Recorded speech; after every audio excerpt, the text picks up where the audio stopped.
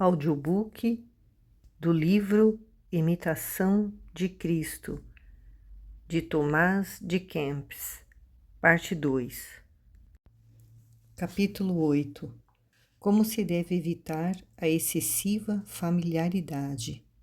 1. Não abras teu coração a qualquer homem. Eclesiástico 8:22. Mas trata de teus negócios com o sábio e temente a Deus.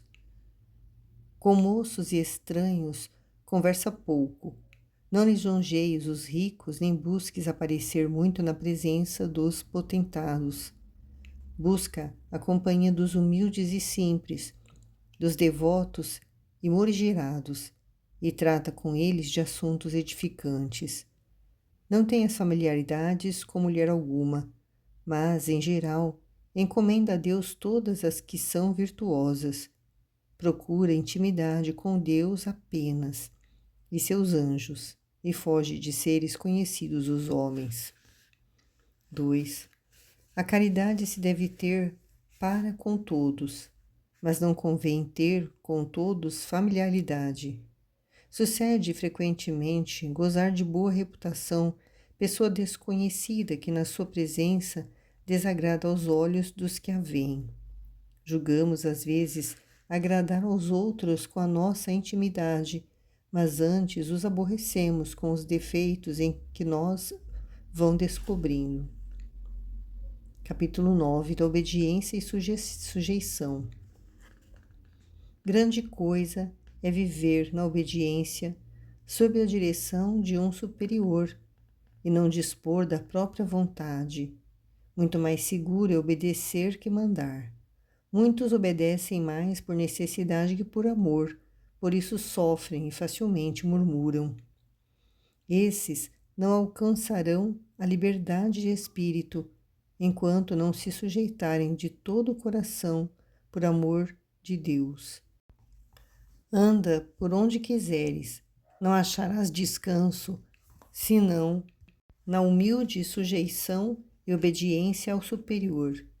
A imaginação dos lugares e mudanças a muitos tem iludido. Verdade que cada um gosta de seguir seu próprio parecer e mais se inclina àqueles que participam da sua opinião. Entretanto, se Deus está conosco, cumpre-nos, às vezes, renunciar ao nosso parecer por amor da paz. Quem é tão sábio que possa saber tudo completamente? Não confies, pois, demasiadamente em teu próprio juízo, mas atende também de boa mente aos dos demais. Se o teu parecer for bom e o deixares, por amor de Deus, para seguires o de outrem, muito lucrarás com isso. Com efeito, muitas vezes ouvi falar que é mais seguro ouvir e tomar conselho que dá-lo. É bem possível que seja acertado o parecer de cada um, mas não querer ceder aos outros quando a razão ou as circunstâncias o pedem, é sinal de soberba e obstinação. Capítulo 10. Como se devem evitar as conversas supérfluas. Evita, quanto puderes, o bulício dos homens, porque muito nos perturbam os negócios mundanos, ainda quando tratamos com reta intenção, pois bem depressa somos manchados e cativos da vaidade. Quisera eu ter calado muitas vezes e não ter conversado com os homens. Por que razão, porém, nos atraem falas e conversas, se raras vezes voltamos ao silêncio sem dano da consciência? Gostamos tanto de falar, porque pretendemos com essas conversações ser consolados uns pelos outros e desejamos aliviar o coração fatigado por preocupações diversas. E, ordinariamente, sentimos prazer em falar e pensar, ora nas coisas que muito amamos e desejamos, ora nas que nos contrariam. Mas, muitas vezes é em vão e sem proveito, pois essa consolação exterior é muito prejudicial à consolação interior e divina. Cumpre, portanto, vigiar e orar, para que não passe o tempo ociosamente. Se for lícito e oportuno falar, seja de coisas edificantes. O mau costume e o descuido do nosso progresso espiritual concorrem muito para o desenfreamento de nossa língua. Ajudam muito, porém, ao aproveitamento espiritual os devotos colóquios sobre coisas espirituais, mormente quando se associam em Deus pessoas que pensam e sentem do mesmo modo. Capítulo 11. Da paz e do zelo em aproveitar. Muita paz podíamos gozar se não nos quiséssemos ocupar com ditos e fatos alheios que não pertencem ao nosso cuidado. Como pode ficar em paz por muito tempo aquele que se intromete em negócios alheios, que busca as relações exteriores, que raras vezes e mal se recolhe interiormente? Bem-aventurados os simples, porque hão de ter muita paz. Por que muitos santos foram tão perfeitos e contemplativos? É que eles procuraram mortificar-se inteiramente em todos os desejos terrenos e assim puderam, no íntimo de seu coração, unir-se a Deus e atender livremente a si mesmos. Nós, porém, nos ocupamos demasiadamente das próprias paixões e cuidamos com excesso das coisas transitórias. Raro é vencermos sequer um vício perfeitamente. Não nos inflamamos no desejo de progredir cada dia, daí a frieza e tibieza em que ficamos. Se estivéssemos perfeitamente mortos a nós mesmos e interiormente desimpedidos, poderíamos criar gosto pelas coisas divinas e algo experimentar das doçuras da celeste contemplação. O que principalmente mais nos impede é o não estarmos ainda livres das nossas paixões e concupiscências, nem nos esforçamos por trilhar o caminho perfeito dos santos.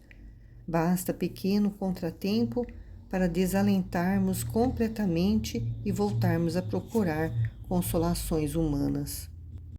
Se nos esforçássemos por ficar firmes no combate, como soldados valentes, por certo veríamos descer sobre nós o socorro de Deus, pois Ele está sempre pronto a auxiliar os combatentes confiados em sua graça, aquele que nos proporciona ocasiões de peleja para que logremos a vitória. Se fizermos consistir nosso aproveitamento espiritual tão somente nas observâncias exteriores, nossa devoção será de curta duração. Metamos, pois, o machado à raiz para que, livre das paixões, goze paz nossa alma. Se, cada ano, extirpássemos um só vício, em breve seríamos perfeitos. Mas agora, pelo contrário, muitas vezes experimentamos que éramos melhores e nossa vida mais pura no princípio da nossa conversão que depois de muitos anos de profissão. O nosso fervor e aproveitamento deveriam crescer cada dia, mas agora considera-se grande coisa poder alguém conservar parte do primitivo fervor. Se no princípio fizéramos algum esforço, tudo poderíamos, em seguida, fazer com facilidade e gosto. Custoso é deixar nossos costumes, mais custoso, porém, contrariar a própria vontade. Mas se não vences obstáculos pequenos e leves, como triunfarás dos maiores? Resiste no princípio à tua inclinação e rompe com o mau costume, para que te não metas pouco a pouco em maiores dificuldades. Oh, se bem considerasses quanta paz gozarias e quanto prazer daria aos outros, se vivesses bem, de certo cuidarias mais do teu adiantamento espiritual. Capítulo 12. Da utilidade das adversidades.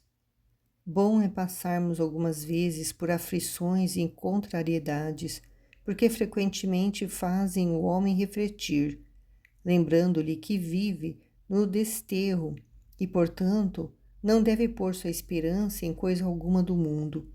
Bom é encontrarmos às vezes contradições e que de nós façam conceito mau ou pouco favorável, ainda quando nossas obras e intenções sejam boas. Isto ordinariamente nos conduz à humildade e nos preserva da vanglória, porque então mais depressa recorremos ao testemunho interior de Deus quando de fora somos vilipendiados e desacreditados pelos homens. Por isso, devia o homem firmar-se de tal modo em Deus que lhe não fosse mais necessário mendigar consolações às criaturas. Assim que o homem de boa vontade está atribulado ou tentado, ou molestado por maus pensamentos, sente logo melhor a necessidade que tem de Deus, sem o qual não pode fazer bem algum. Então se entristece, geme e chora pelas misérias que padece. Então causa-lhe tédio viver mais tempo e deseja que venha a morte livrá-lo do corpo e uni-lo a Cristo. Então compreende também que neste mundo não pode haver perfeita segurança nem paz completa. Capítulo 13. Como se há de resistir às tentações? Enquanto vivemos neste mundo, não podemos estar sem trabalhos e tentações. Por isso lemos no livro de Jó 7:1. É um combate a vida do homem sobre a terra. Cada qual, pois, deve estar acautelado contra as tentações, mediante a vigilância e a oração, para não dar aso às ilusões do demônio, que nunca dorme, mas anda por toda parte em busca de quem possa devorar. Ninguém há tão perfeito e santo que não tenha às vezes tentações, e não podemos ser delas totalmente isentos.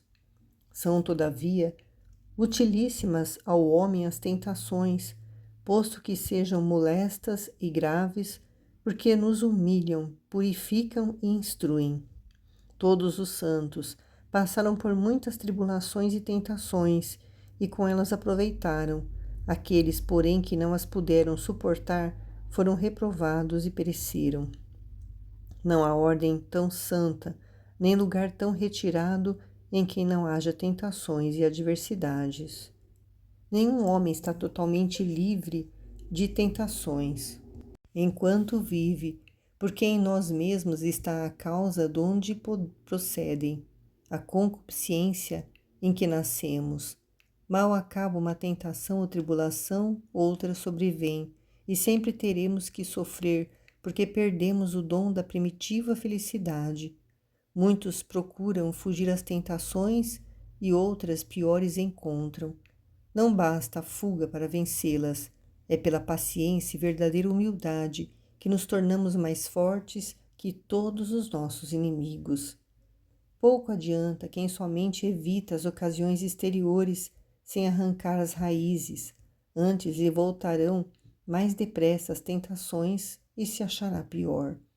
Vencê-las-á melhor com o auxílio de Deus, a pouco e pouco, com paciência e resignação, que com importuna violência e esforço próprio. Toma a miúdo conselho na tentação e não sejas desabrido e áspero para o que é tentado. Trata antes de o consolar, como desejas ser consolado. O princípio de todas as más tentações é a inconstância do espírito e a pouca confiança em Deus, pois assim como as ondas lançam de uma parte a outra o navio sem leme, assim as tentações combatem um homem descuidado e inconstante em seus propósitos. O fé é reprovado pelo fogo e o justo pela tentação. Ignoramos muitas vezes o que podemos, mas a tentação manifesta o que somos. Todavia devemos vigiar, principalmente no princípio da tentação, porque mais fácil nos será vencer o inimigo quando não o deixamos entrar na alma, enfrentando logo que bater no limiar. Por isso disse alguém: resiste desde o princípio, que vem tarde o remédio, quando cresceu o mal com a muita demora. O vídeo.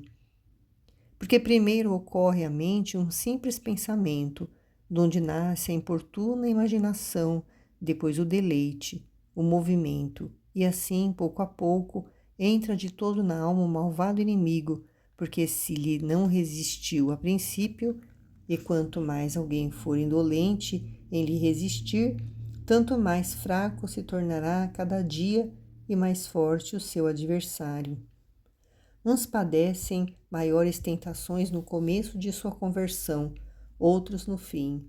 Outros por quase toda a vida são molestados por elas. Alguns são tentados levemente, segundo a sabedoria da divina providência, que pondera as circunstâncias e o merecimento dos homens, e tudo predispõe para a salvação de seus eleitos. Por isso não devemos desesperar quando somos tentados, mas até com maior fervor pedir a Deus que se digne ajudar-nos em toda provação, pois que no dizer de São Paulo nos dará graça suficiente na tentação para que a possamos vencer. 1 Coríntios 10:13.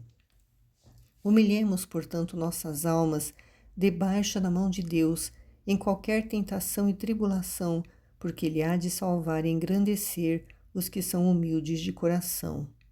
Nas tentações e adversidades se vê quanto cada um tem aproveitado.